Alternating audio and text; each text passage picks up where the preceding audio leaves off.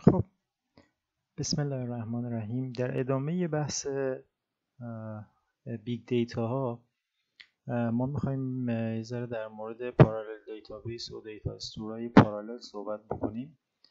اپروچ های مختلفی هست برای اینکه ما بتونیم به یه حجم زیادی یا یه جوری دسترسی به حجم زیادی از داده رو ساده بکنیم، یعنی یه جوری امکان پذیر بکنیم یا یه جوری اسکیلبل دیتا اکسس داشته باشیم. یه اپروچ اینه که از یک مکانیزمای کشینگ استفاده کنیم، یعنی عملاً کاری که ما میکنیم قضیهش اینه که حجم داده ها رو حالا فرقی نمیکنه کم نمیکنیم، مثلا یه حجم زیاد داده رو هارد نگه میداریم، ولی با این فرض که مثلا اون داده هایی که میخوان همیشه استفاده بشن یه قسمت کوچیکی از اون داده ها هستن، اونا رو سعی میکنیم مثلا توی رم کش بکنیم و اینجوری یه جورایی با اون قضیه دسترسی به داده های حجم کنار. ولی خب این برای یه سری کاربردهای خاصه، یعنی اگه اون داده‌ای که زیاد بهش دسترسی داریم واقعا یه داده کم و کوچیکی باشه، چیزه در صورت یه جورایی نمیشه گفت این روش خیلی اسکیلبل نیست. وقتی ما اون حجم اون داده هایی که نیاز داریم لزوما یه داده های کمی از اون داده های خیلی زیاد نباشن. ولی خب اینم یه جاهایی برای بعضی از اپلیکیشن ها این تکنیک جواب میده، یعنی ما همیشه شاید مقدار کمی از داده ها رو نیاز داریم، با اونا بیشتر سر کار داریم، خیلی زیاد دسترسی به یه داده های خیلی کمی داریم و مثلا به قسمت زیادی از داده ها اصلا کاری نداریم، مثلا در یه بازه زمانی حداقل، یعنی حداقل در یه بازه زمانی فرض کن چند ساعته به یه قسمتی از داده نیاز، بعد مثلا کارمون با اون قسمت داده تموم شد مثلا 2 ساعت بعد با یه قسمت دیگه از داده سر کار داریم، ولی این قسمت هایی که در یه بازه زمانی باشون سر کار داریم کوچیکن. برای یه چنین چیزایی خب این اپروچ بهتره. اما یه اپروچ دیگه ای که داریم این که ما بیایم مثلا خود دیتا ها رو کلا هم مکانیزم شاردینگ که جلسه گذشته گفتیم توی دیتابیس سرورهای مختلف پخش بکنیم و توی دیتابیس سرورهای مختلف نگه داریم، از مکانیزم شاردینگ استفاده کنیم. خب این یکی از اپروچ هاست و عملا دیتا ها هر قسمتش تیکه تیکه شده جداگانه وجود داشته باشه و حالا یه جورایی مثلا حالا از هم حالا نمیشه گفت مستقل، ولی خب یه جورایی تو دیتابیس های مختلف ذخیره شده باشه. اما اپروچ سومی که وجود داره از existing parallel database ها استفاده کنیم که این پارالل دیتابیس ها یعنی عملا ما یه پارالل دیتابیسی داریم که خودش مثلا اینا رو یه جوری پخش میکنه توی سیستم های مختلف و یه جوری اینا رو مدیریت میکنه، ولی خب به صورت هیستوریکالی یعنی به صورت تاریخی این سیستم ها بیشتر برای دیسیژن ساپورت سیستم ها استفاده، یعنی برای جایی که ما یه حجم زیادی از داده رو گذاشتیم میخوایم روش تحلیل‌های خیلی سنگین بگیریم اینا استفاده میشه. برای OLTP که اگه باز یادتون بیاد حالا با جلوتر ما تو فصل ترانزکشن باز یادآوری میکنیم، برای آنلاین ترانزکشن پروسس ها مثل همین اپلیکیشن های بانکی و اینا که همش یه حجم زیادی از تراکنش داده داره انجام میشه، شاید یه چنین حالتی حالا خوب نباشه. البته یه نسخه هایی از پارالل دیتابیس ها هستن که اتفاقا برای OLTP استفاده میشن، ولی خب به صورت کلاسیک پارالل دیتابیس ها بیشتر با این اپروچ حالا میشد بیشتر استفاده میشد، ولی حالا به طور مشخص ما پارالل دیتابیس هایی داریم که OLTP رو هم ساپورت بکنن، ولی خب تعداد سروراشون دیگه از یه حدی بیشتر نمیتونه بشه، یعنی پارالل دیتابیسی که بخواد OLTP ساپورت کنه معمولا تعداد سروراش مثلا از چند ده تا سرور بیشتر بشه، خب قضیه خیلی سخت میشه، مدیریت کردن اونا توی فرآیند توی کوئری های OLTP خب خیلی سخت میشه. یه اپروچ دیگه اینه که ما اصلا بیایم یه مسیر پارالل کی ولیو دیتا استور ها را بندازیم که این اپروچ حالا ما جلوتر میبینیم این یکم دیگه از بحث پارالل قضیه خارج میشه و وارد بحث‌های دیستریبیوت توزیع شده میشه، حالا ما اینو میگیم، ولی خب اینم یه نوعی از بحث پارالل کردنه که ما اصلا بیایم دیتا رو حالا بر اساس یک کلیدی پخش بکنیم تو دیتا استورهای مختلف، یه جورایی پارتیشن بکنیم دیتا رو و یه جوری حالا اویلیبیلیتی رو بالا ببریم. البته اگه بتونیم این قضیه ترانسپرنت کردن این توزیع داده ها بر اساس کلید رو پارتیشن های مختلف رو قشنگ پیاده سازی بکنیم خب خیلی خوبه. البته این هم خودش حالا باز جای بحث داره که صحبت میکنیم در موردش.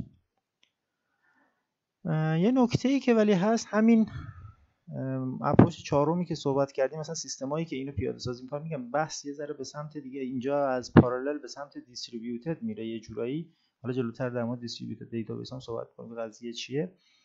کلا توی سیستم‌های، حتی سیستمایی که شاردینگ داریم، اپروچ 2، اپروچ 4 یا کی ولیو استورا، خیلی از امکاناتی که توی RDBMS ها، ریلیشنال دیتا DBMS ها وجود داره دیگه تو این سیستما شاید قابل پیاده سازی نیست و وجود نداره. مثلا چیزایی مثل جوین، مثلا دستور جوین وقتی می‌خواید داشته باشید، وقتی جدول‌ها اینجوری پخش شدن اصلا خودش تبدیل به یه فاجعه میشه.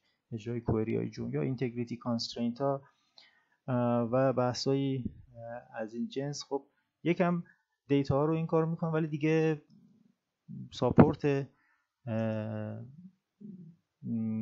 بعضی از امکانات RDBMS کاهش پیدا. اما کی ولیو استوریج سیستم ها عملا مهمترین تکنیک برای ذخیره کردن بیگ دیتا هستن که استفاده میشه. بخاطر این ما یه ذره بیشتر روی این قضیه وقت میذاریم و امروز هم کاربردش خیلی زیاد شده. الان دیگه خیلی از برنامه‌نویسا، من دیگه دانشجوها رو می‌بینم حتی از سال اول دوم کارشناسی که درگیر استفاده از کی ولیو استوریج سیستم‌ها میشن و این خب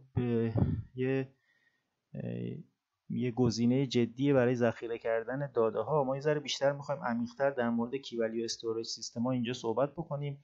هم یه بحث کاملا کاربردیه، هم بالاخره یه بحث تئوری چیزی پشت سرش هست که در موردش صحبت می‌کنیم.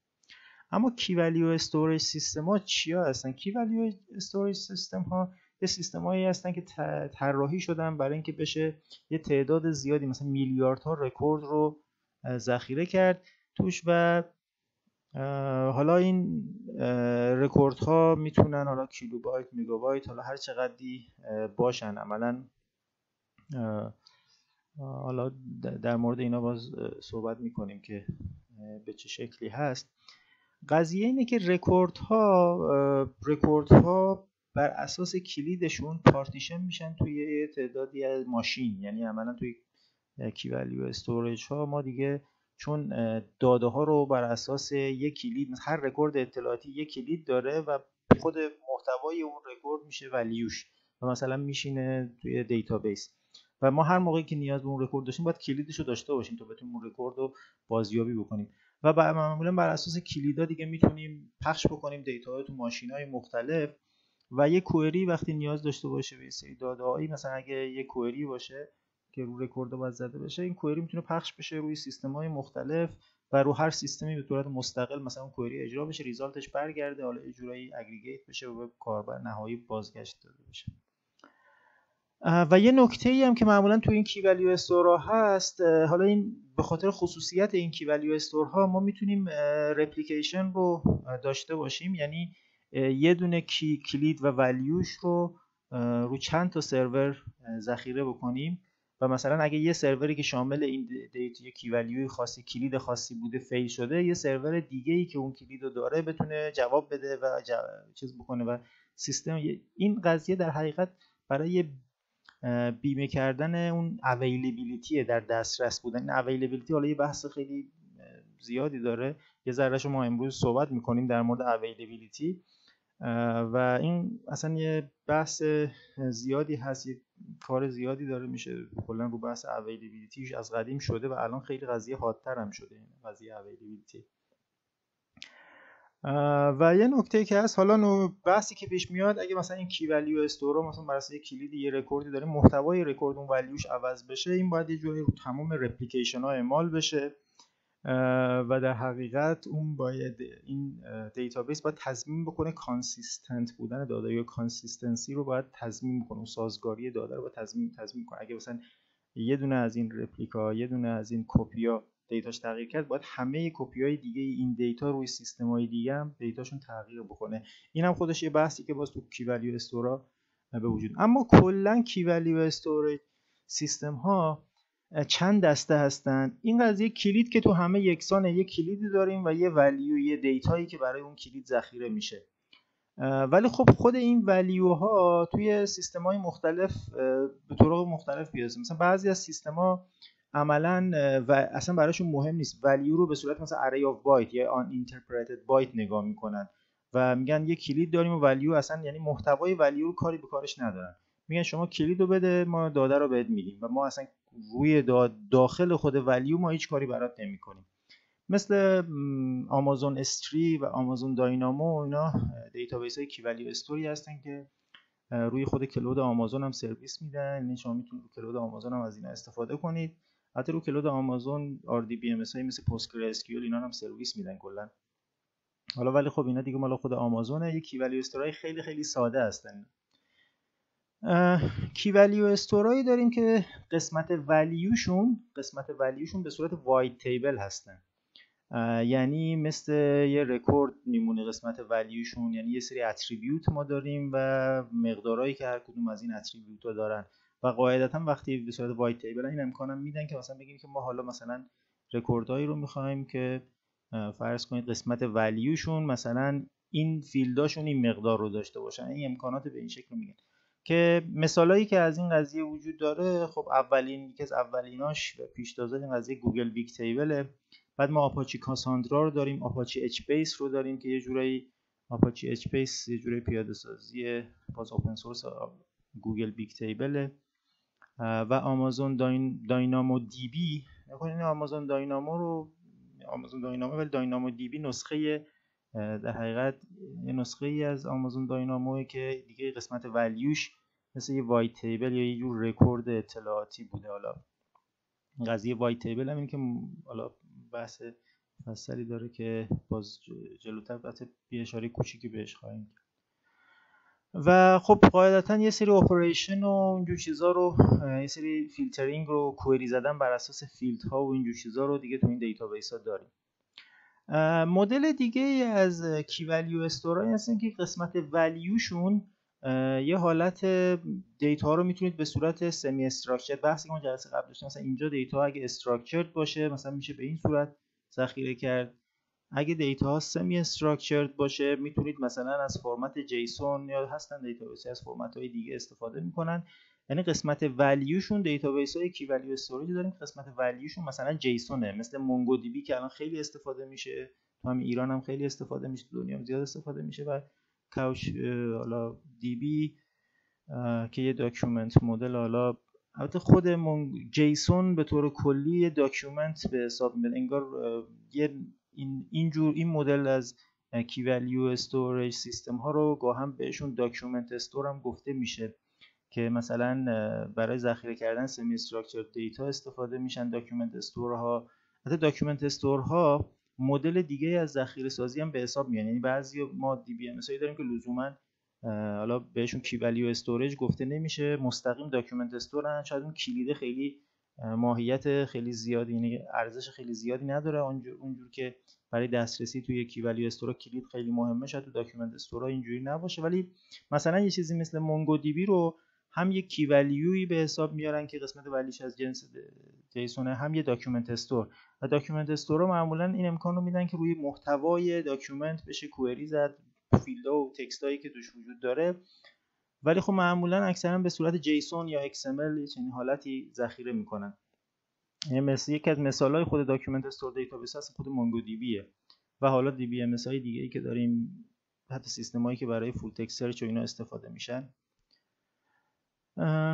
در حقیقت خیلی از حتی کی ولیو استورها، بعضی از کی ولیو استورها این امکان رو دارن که مثلا برای قسمت ولیو ورژن های مختلف قسمت ولیو رو نگه دارن. خب اینا دیگه مثلا میشه شما وقتی کلید رو دارید به ولیو میرسید میتونید مثلا این ولیو خودش میتونه آرایی از ولیو ها باشه، مثلا به صورت ورژن های مختلفی از اون ولیو. و شما حتی میتونید مثلا ولیو رو بر اساس زمان بگید مثلا حالا این ولیوی این کلید در فلان زمان چقدر بوده یا ورژن فلانش چی بوده. مثلا اینجور امکانات رو گاهن بعضی از این کی ولیو استورا میدن و این کار سخت و عجیب غریبی نیست و این امکان وجود داره. ولی خب این که ما دیتا رو بتونیم به صورت کی ولیو در بیاریم یه بحث مفصلی داره که حالا بعضیاشو حالا صحبت میکنیم. خب در مورد جیسون هم که صحبت کردیم جلسات گذشته که کلا ساختار جیسون به چه شکلیه. اما یک کی ولیو استوریج سیستم کلا یه حالا سیستمی که ادعا میکنه من یک کی ولیو استوریج سیستم هستم یا کی ولیو دیتابیس هستم، باید چند تا دستور ساده رو پشتیبانی کنه. یکی این که باید شما بتونید دیتایی رو به صورت کی و ولیو ذخیره بکنید و هر موقعی که کلید رو دادید باید این دیتا رو به شما بده و هر موقعی که بهش گفتید دیلیت کی باید ریموو کنه اون داده رو. و معمولا هم آپدیت کردن اینا معمولا حالا چیزی به اسم آپدیت نداریم، دوباره باید مثلا پوت کنید کیو ولیو با اون کلید قبلی مثلا، یا یه جورایی مثلا رایت کنید حالا کارهای دیگه. این دیگه مینیمومه، یعنی برای همون آن اینترپرتد حالتی که ولیو هیچ چیزی هم نیست، این مینیموم چیزیه که باید یکی ولیو استوریج ساپورت کنه. ولی خب معمولا این دیگه حداقل، ولی بعضی از کی ولیو سیستم ها این اجازه رو میدن که رنج کوئری بزنید، یعنی بگید که من گت بکنین یه رنجی از کلید رو اینجا، یعنی بگید کلید از اینجا از 100 تا مثلا 105 رو به من بده.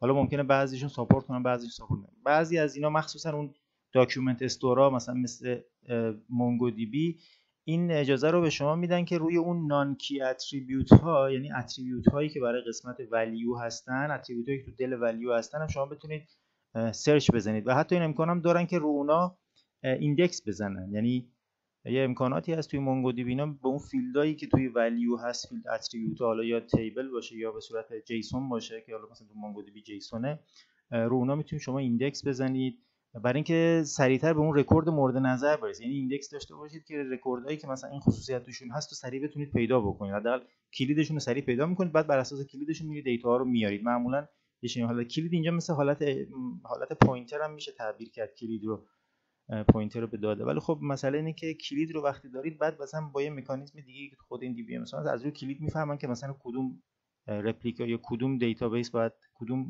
دیتابیس سخت افزاری باید برن دنبال اون رکورد بگردن، رکورد از اونجا فچ بکنن. ولی خب یه نکته‌ای که هست، کی ولیو استوریج ها هدف اصلیشون اینه که بتونن اسکیلبیلیتی رو بالا ببرن و یه سری چیزها رو بیخیال شدن و عملاً اون بحثایی که یه ساپورت خیلی کمی دارن برای آپدیت و حالا ما قبلا هم یه اشاره‌ای کردیم، بیشتر اینا استفاده میشن برای داده‌هایی که یه بار نوشته میشن و بارها خونده میشن و کمتر برای داده‌هایی که هی تون آپدیت میشن استفاده میشن و یه سری دردسرایی رو دارن، یه سری مشقاتی رو ایجاد میکنن که خیلی زیاد برای این قضیه استفاده نمیشن.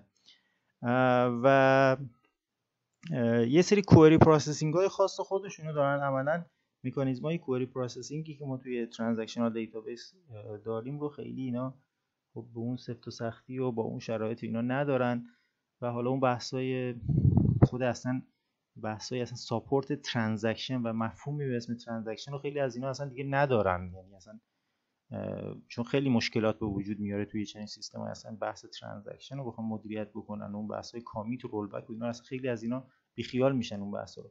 پس حواسمون باشه که کی ولیو استوریج سیستما واسه هر اپلیکیشنی که ما توی RDBMS میتونستیم خب نیاز خودمون رو برطرف بکنیم، لزوما نمیشه همه اونها رو با یه نو SQL حالا یا کی ولیو استوریج سیستما ساپورت کرد.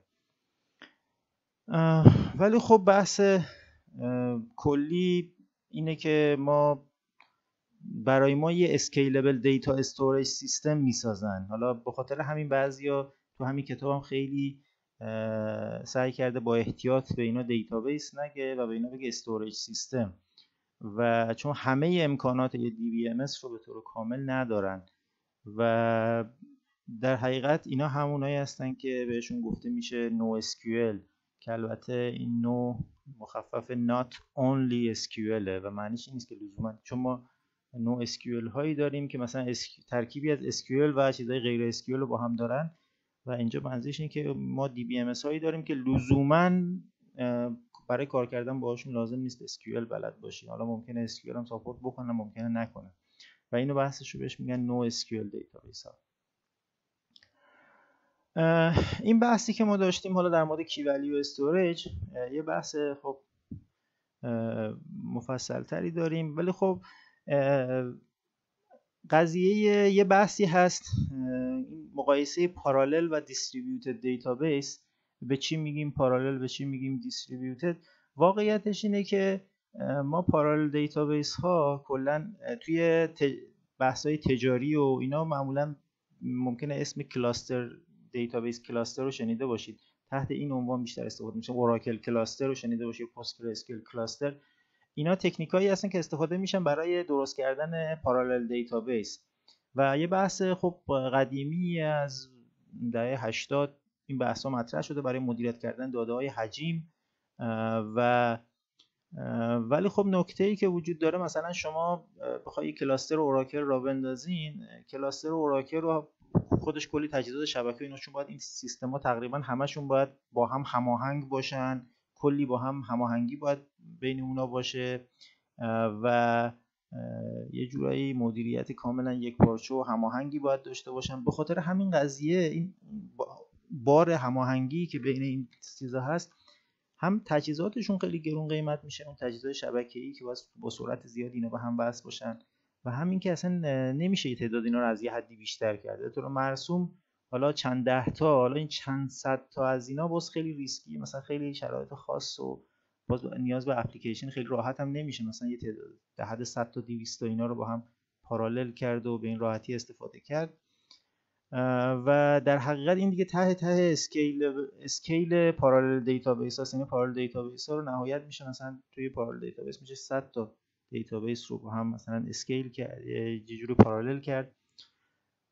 در حقیقت برای وقتی دیتا واقعا بیگ میشه و خیلی دیگه بزرگ میشه، دیگه پارالل دیتابیس ها جوابگو نیست. البته تو پارالل دیتابیس ها باز توی اسکیل های پایین، تعداد سرورهای پایین‌تر سعی میکنن تو همون پارالل دیتابیس ها دیگه تمام امکانات یا RDBMS رو مثلا پشتیبانی کنن، ولی خب از یه حدی بیشتر میشه تو همون مثلا اوراکل کلاستر اینا بعضی از امکانات رو کلا خاموش میکنن یا یه جورایی اجازه نمیدن کاربر استفاده کنه، یا اگه استفاده کنن سیستم داون میشه، یعنی سیستم برای بعضی از کارها خیلی کم میاره. خب معمولا با خاموش کنن دیگه، یه سری از امکاناتی رو به برنامه‌نویسا بگن دیگه این امکانات نیست یا حداقل از این امکانات استفاده نکنه. این بحث پارالله، ولی خب در مقابل پارالل، در مقابل نمیشه گفت، در ادامه بحث پارالل دیتابیس ما دیستریبیوتد دیتابیس رو داریم که خب اونجا دیگه بحث اسکیلبیلیتی خیلی بالا، هزاران سرور و اینا میاد وسط، ولی خب با یه ایده هایی، با یه الگوهایی که خب همون بحثی که ما تو نو اسکیل تو اسلاید قبلی داشتیم، و اینجا دیگه یه سری چیزای RDBMS ها رو بیخیال میشن تا بتونن اسکیلبیلیتی داشته باشن توی. و قضیه اینه که حالا ما توی باز پارالل دیتابیس ها هم همین بحث رپلیکیشن رو داشتیم و هدف اصلی رپلیکیشن بالا بردن اویلیبیلیتی ماشین هاست. یعنی اگه یه ماشین فیل هم بشه دیتا همچنان اویلیبل باشن. و خب ممکنه مثلا یه دفعه سیستمی براش مشکل پیش بیاد، حالا ممکنه کوئری ها رو ری استارت بکنه، این اتفاقیه که میفته و این اتفاقی که حالا میفته توی این چیزا، حالا ما صحبت از یه سیستمی میکنیم از این به بعد که بیشتر بحثش دیگه بحث دیستریبیوتد دیتابیس. حالا این بحثایی که ما داشتیم توی پارالل، این محدودیت های پارالل رو دیگه دیستریبیوتد قرار نداشته باشه. این محدودیت هایی که ما در مورد پارالل دیتابیس رو گفتیم قراره دیگه دیستریبیوتد نداشته باشه.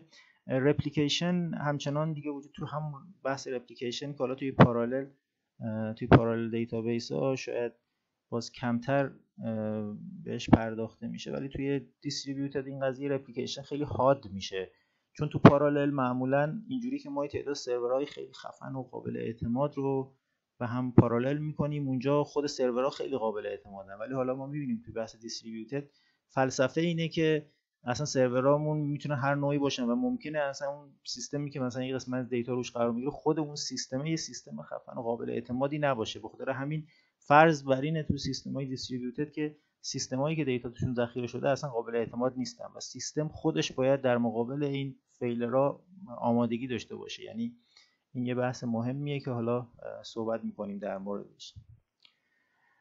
خب یه جنبندی نمیشه گفت، این خود شروع یه بحثیه که اصلا این قضیه رپلیکیشن و کانسیستنسی چه ارتباطی با هم دیگه دارن.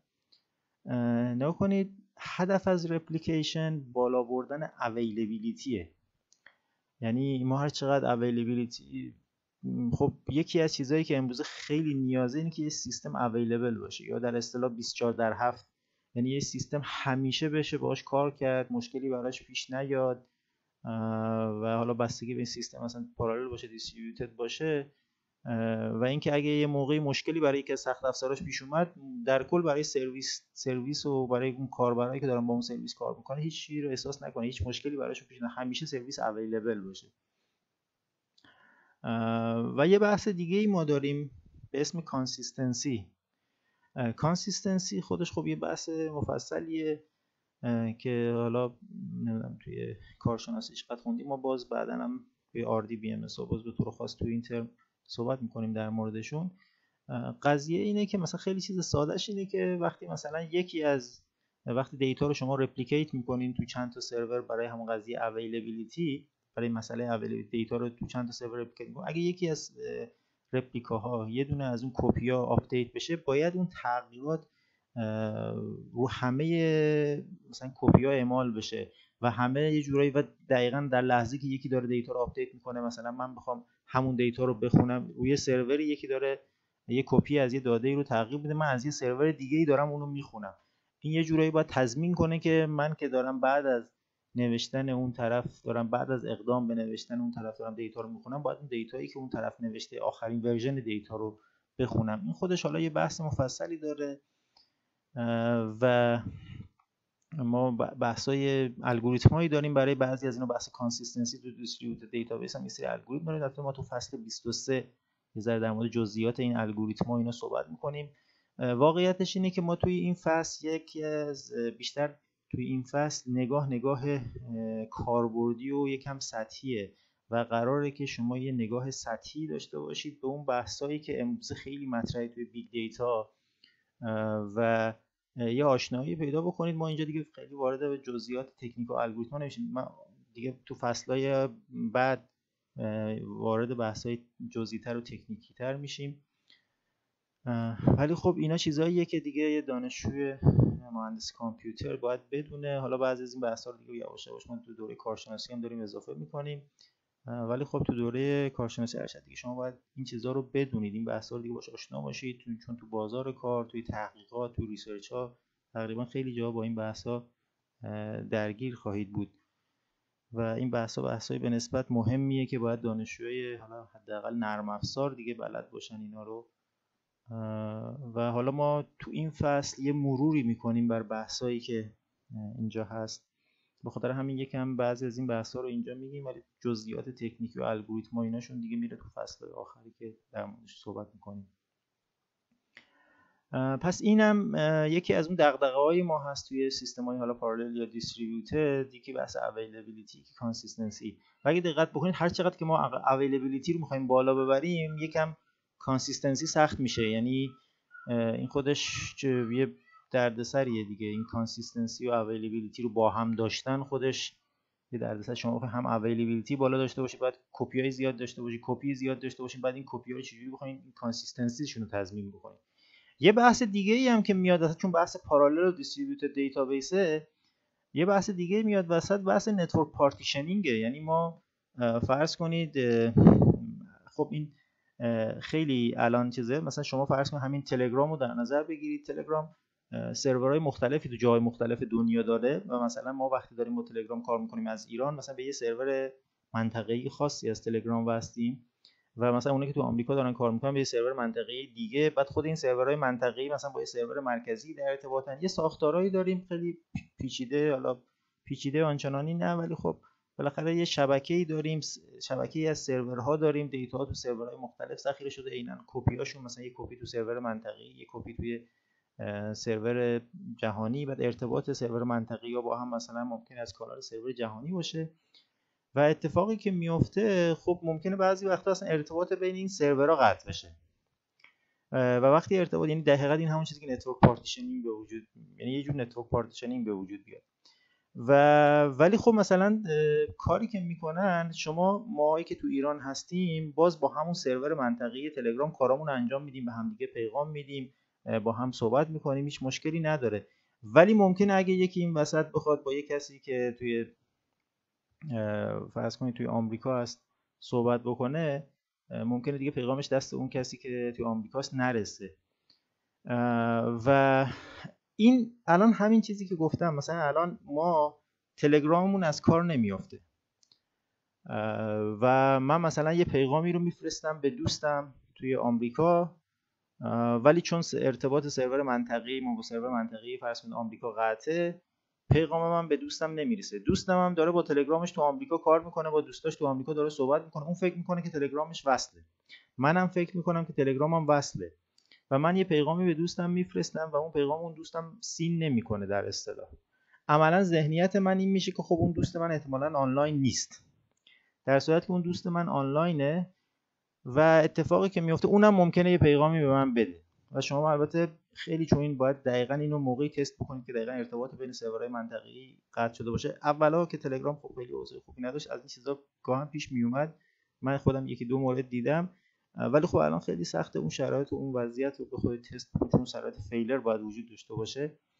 اتفاقی که میفته اگه اونم یه پیغامی بفرسته که کجا هستی و شما پیغامی بفرستین که مثلا کجا هستی چرا فلان کارو نمی‌کنی، اونم بگه که کجا هستی چرا فلان کارو نمی‌کنی، شما مثلا فرض کنید قرار داشتید که ساعت 9 با هم صحبت کنید، دو تاتون سر ساعت 9 اومدین پیغام دادین دیدین اون یکی نیست و مثلا اون سر ساعت 9 ارتباط بین سرورها قطع بوده، فرض کنید 9 و نیم وصل میشه، دو تاتون 9 و نیم پیغامی رو دریافت می‌کنید که مال ساعت 9 و این از نظر این تعریفی که ما تو این اسلاید داریم یعنی اینکه سرور تلگرام کانسیستنسی رو رعایت نکرده.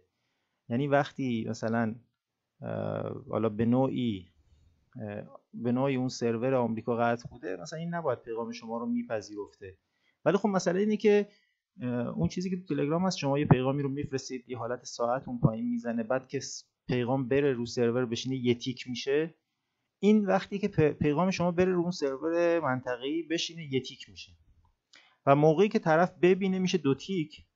ولی خب مسئله اینه که اینجا دیگه چیزی نداره برای اینکه به شما اعلام بکنه که خب مثلا رو سرور منطقه‌ای اومده ولی سرور اونوری که مثلا مال این طرف بوده وجود نداره. اینا نمیدونم تو نسخه‌های جدیدش چه چیزایی اضافه کرده یا نه، ولی خب قبلا چه چیزایی رو نداشت.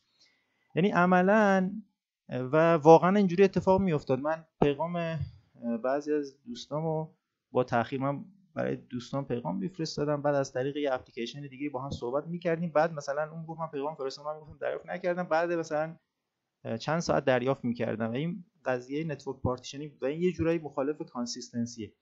ولی خب یه حسی رو به ما میده، یعنی یه حسی رو به ما میده که سرویس اویلیبله. یعنی من همیشه وقتی یعنی نکنید یه کاری که تلگرام میتونست بکنه برای که کانسیستنسی حفظ بشه این بود که وقتی ارتباط مثلا سرور محلی فرض کنید ایران با سرور محلی آمریکا قطع شد، کلا سرویس نده و بگه که ارتباط قطعه. این چه حسی رو به ما میداد؟ این حسی رو به ما میداد که سرویس اویلیبیلیتیش پایینه، یعنی یه موقعی که من میخوام باهاش کار بکنم سرویس اویلیبل نیست. ولی خب تلگرام اومد چون مثلا برای این اپلیکیشن های به این شکل سوشال نتورک و اینا، اینکه 24/7 اویلیبل باشن خیلی مهمتر از حتی کانسیستنسی. مثلا میگه حالا چند نفرم پیغامشون رو پس و پیش دریافت بکنن، یه ذره اینور اونور دریافت بکنن، انقدر مهم نیست که من اویلیبیلیتی سیستمم رو پایین بیارم. و این قضیه نتورک پارتیشنینگ هم یکی از مشکلاتی که ممکنه پیش بیاد که تاثیر میذاره رو قضیه اویلیبیلیتی و کانسیستنسی. یه بحثی رو ما داریم به اسم کپ تئورم که توی این کپ تئورم بحثی که مطرح میشه اینه که ما نمیتونیم توی سیستمی هم اویلیبیلیتی 100%، هم کانسیستنسی 100% و هم چیز داشته باشه، سیستممون هم کاملا روباست باشه نسبت به نتورک پارتیشنینگ. یعنی بحث کپ تئورم اینه که هیچ کدوم از این سه تا رو ما 100% نمیتونیم پوشش بدیم. یعنی و عملا باید برای اینکه مثلا روی بعضی از چیزا تاکید بکنیم یکی رو یا دو تا رو فدا بکنیم تا بتونیم دو تای دیگر رو تضمین بکنیم. یعنی سیستممون الان مثلا اگه می‌خواستم بگم تلگرام اگه می‌خواست اویلیبیلیتی و کانسیستنسی رو حالا یه جورایی به حد اکثر برسونه، البته با سخت مثلا کانسیستنسی رو اگه می‌خواست به حد اکثر برسونه باید قید اویلیبیلیتی و مثلا این جور چیزا رو میزد و این قضیه نتورک پارتیشنینگ رو یه جورایی میزد حالا تا بتونه به کانسیستنسی 100%. ولی خب مثلا تلگرام کاری که کرده یکم بیخیال کانسیستنسی شده، از اون ور اومده اویلیبیلیتی رو حل کرده، مشکل نتورک پارتیشنینگ هم به نوعی حل کرده، حالا نه دیگه 100% ولی خب تا حدودی حل کرده. این یه بحثیه حالا که بهش میگن کپ تئورم، که ما این هر ستای اینا رو نمیتونیم، هیچ کسی نمیتونه، هیچ اپلیکیشن نمیتونه ادعا بکنه که من هم اویلیبیلیتی 100% دارم، هم کانسیستنسی 100%، هم متد پارتیشنینگ هیچ مشکلی واسه من ایجاد نمیکنه. این بحثیه که حالا توی کپ تئورم داریم. البته خب یه اشاره‌ای بعداً میکنیم به این قضیه. یه بحثی هست که حالا همین بحثی که ما تو اسلاید گذشته داشتیم، این که حالا کانسیستنسی و اویلیبیلیتی، خب این که معمولا هر لارج سیستمی که حالا مجبور نیاز داریم دیتا ها رو روی یه تعداد زیادی پارتیشن پخش بکنیم، معمولا بین کانسیستنسی و اویلیبیلیتی یکی رو انتخاب میکنن توش. یعنی هر سیستمی یه جورایی میگه که برای من کانسیستنسی مهمه یا اویلیبیلیتی مهمه. و یه نکته‌ای که وجود داره توی RDBMS ها، حالا اینجا اسمش رو ترادیشنال DBMS یا همون سینگل دیتابیس یا کلا RDBMS ها، دغدغه اول و آخرش کانسیستنسیه و مهمترین چیزش کانسیستنسیه. ولی خب مثلا شما یه وب اپلیکیشن رو در نظر بگیرید، یا مثلا همین تلگرامی که من مثال زدم، مهمتر براش اویلیبیلیتی خیلی مهمتره تا مثلا اینکه حالا یه سگ کم اینکانسیستنسی به وجود بیاد، براش خیلی چیز نیست. و حتی برای خیلی از سیستم‌های مثل حتی سایت‌های فروش آنلاین و اینا، خیلی جاها یه کارایی میکنن که چون براشون اویلیبیلیتی مهمتر از کانسیستنسیه و ممکنه یه موقعی مثلا شما تو فرآیند خریدتون دچار یه سری اشکالات و ایرادایی بشین، مثلا یه دفعه بعد تصمیم شما اینه که مثلا سبد خریدتون رو میپرونن یا مثلا سفارشاتتون رو خودشون میپرونن، یه کارایی میکنن، چون اونجا والا اون بحث خیلی قضیه رو از لحاظ کانسیستنسی سفت و سخت نمیبینن. مثلا نمیگن سیستم حالا همه جوره یه جورایی چیز بکنه، حالا اونجا بحث اویلیبیلیتی و اینکه سیستم بتونه همیشه اویلیبل باشه و سریع کاربرا بتونن، حالا یه کاربری مجبور شه یه کاری رو دوباره انجام بده، حالا خیلی اشکالی نداره مثلا. و اینکه ممکن حالا یه اختلالی تو بعضی از کاراش ایجاد بشه. معمولا کانسیستنسی رو باز خود کانسیستنسی هم یه بحثی داره. مثلا تو بعضی از اپلیکیشن ها یک سری از کارا باید حتما کانسیستنسیش درجه باشه، یه سری دیگه از کارا کانسیستنسی در کل، یعنی برای بخشی از کارا کانسیستنسی تضمین شده نیست. در مجموع ما میگیم این سیستم 100% کانسیستنسی نداره، ولی خب ممکنه برای قسمت‌های حساسی خب یه ذره حساسیت به خرج بده، برای قسمت‌های دیگه کمتر حساسیت به خرج بده، ولی معنیش این میشه که کانسیستنسی 100% نداره و براش اویلیبیلیتی مهمتره. خب بحث مپ ردیوس هم سعی میکنم توی ارائه دیگه یه دفعه توضیح بدم، چون نوع بحثی که از این به بعد داریم فرق میکنه. من دیگه اینجا خسته نباشید حالا فعلا تا بحث بعدی.